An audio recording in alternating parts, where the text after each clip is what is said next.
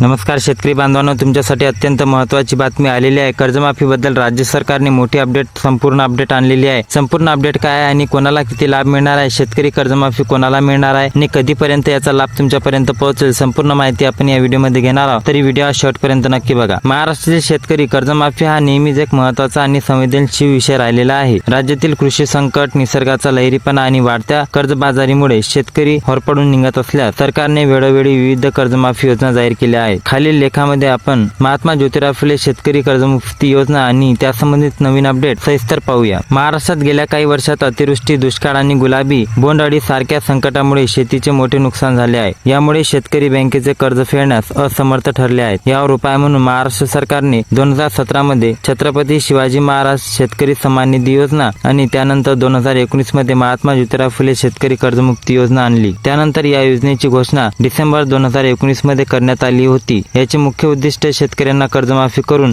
त्यांना पुन्हा नव्याने पीक कर्ज घेण्यास पात्र बनवणे हे होते। या मुख्य योजनेचे हेतू जे आहे, ज्या शेतकऱ्यांचे अल्पमुदत पीक कर्ज 2 लाखापर्यंत थकबाकी आहे त्यांचे कर्ज माफ करण्यात यावे। त्यानंतर याची कालावधी 1 एप्रिल 2015 ते 31 मार्च 2019 या कालावधीत घेतलेल्या कर्जासाठी ही योजना लागू होती। ज्या शेतकऱ्यांचे आधार कार्ड बँकेशी लिंक आहे त्यांनाच या योजनेचा लाभ मिळेल असं शेतकऱ्यांना स्पष्ट केलेले आहे। कर्जमाफी योजनेचा एक महत्त्वाचा टप्पा म्हणजे नियमित कर्ज फेडणाऱ्या शेतकऱ्यांना सन्मान। जे शेतकरी प्रामाणिकपणे आपल्या कर्जाचे हप्ते भरतात त्यांच्यावर अन्याय होऊ नये म्हणून भारत सरकारने 50,000 रुपयाच्या प्रोत्साहनपर अनुदानाची योजना घोषणा केली। ज्या शेतकऱ्यांनी 2018-19, 2019-20 आणि 2020-21 या 3 वर्षापैकी किमान 2 वर्ष नियमित कर्ज परतफेड केले आहेत त्यांना ही रक्कम मिळणार। कमाल 50,000 रुपये किंवा प्रत्यक्ष कर्जाची रक्कम यापैकी जे कमी असेल ते। अनेक टप्प्यात या निधीचे वाटप करण्यात आले आहेत, परंतु अद्यापही काही तांत्रिक कारणामुळे आधार प्रगतीकरण असो किंवा काही पण असो या शेतकरी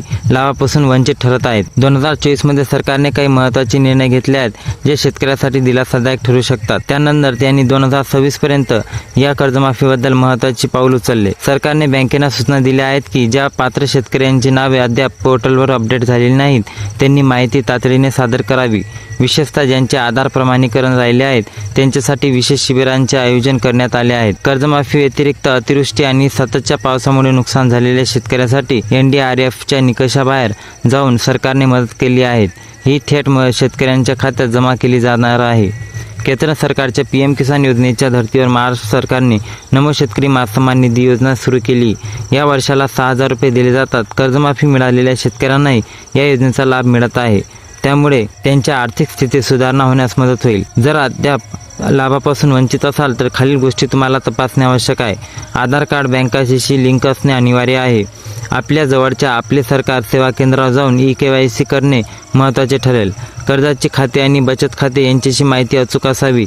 पोर्टलवर नाव आल्यानंतर मिळालेला विशिष्ट क्रमांक सांभाळून ठेवा। कर्जमाफी योजना राबवताना काही मुख्य अडचणी समोर येत आहेत। अनेक शेतकऱ्यांनी आधार कार्ड आणि बँकेत त्यांच्याशी नाव तफावत असल्याने पैसे जमा होण्यास उशीर होत आहे। काही बँकांकडून वेळेत डेटा अपलोड न केल्यामुळे पात्र शेतकरी यादीतून सुटले आहेत। ज्या शेतकऱ्यांना कर्जाचे पूर्ण गठन झाले आहे त्यांना योजनेत सामावून घेण्याचा काही ठिकाणी स्पष्टतेचा अभाव आहे। शेतकऱ्यासाठी जर बघितलं तर पोर्टलवर तपासणी, वेळोवेळी अधिकृत सरकारी पोर्टलवर आपल्या अर्जाची स्थिती तपासा। त्यानंतर जर आपण पात्र असूनही नाव यादीत नसेल तर तालुका सहाय्यक निबंध कार्यालयाशी संपर्क साधा। काही तक्रार असल्यास मुख्यमंत्री सचिवालय किंवा संबंधित जिल्हाधिकारी कार्यालयाशी तुम्ही लेखी अर्ज सुद्धा देऊ शकतात। शेतकरी कर्जमाफी एक केवळ तात्पुरती मालमत्ता न ठरता शेतकऱ्यांना स्वावलंबी बनवण्याची प्रक्रिया असावी। महाराष्ट्र सरकारने 50,000 प्रोत्साहनपर अनुदानाच्या माध्यमातून नियमित कर्ज भरणाऱ्या न्याय देण्याचा प्रयत्न केलेला आहे।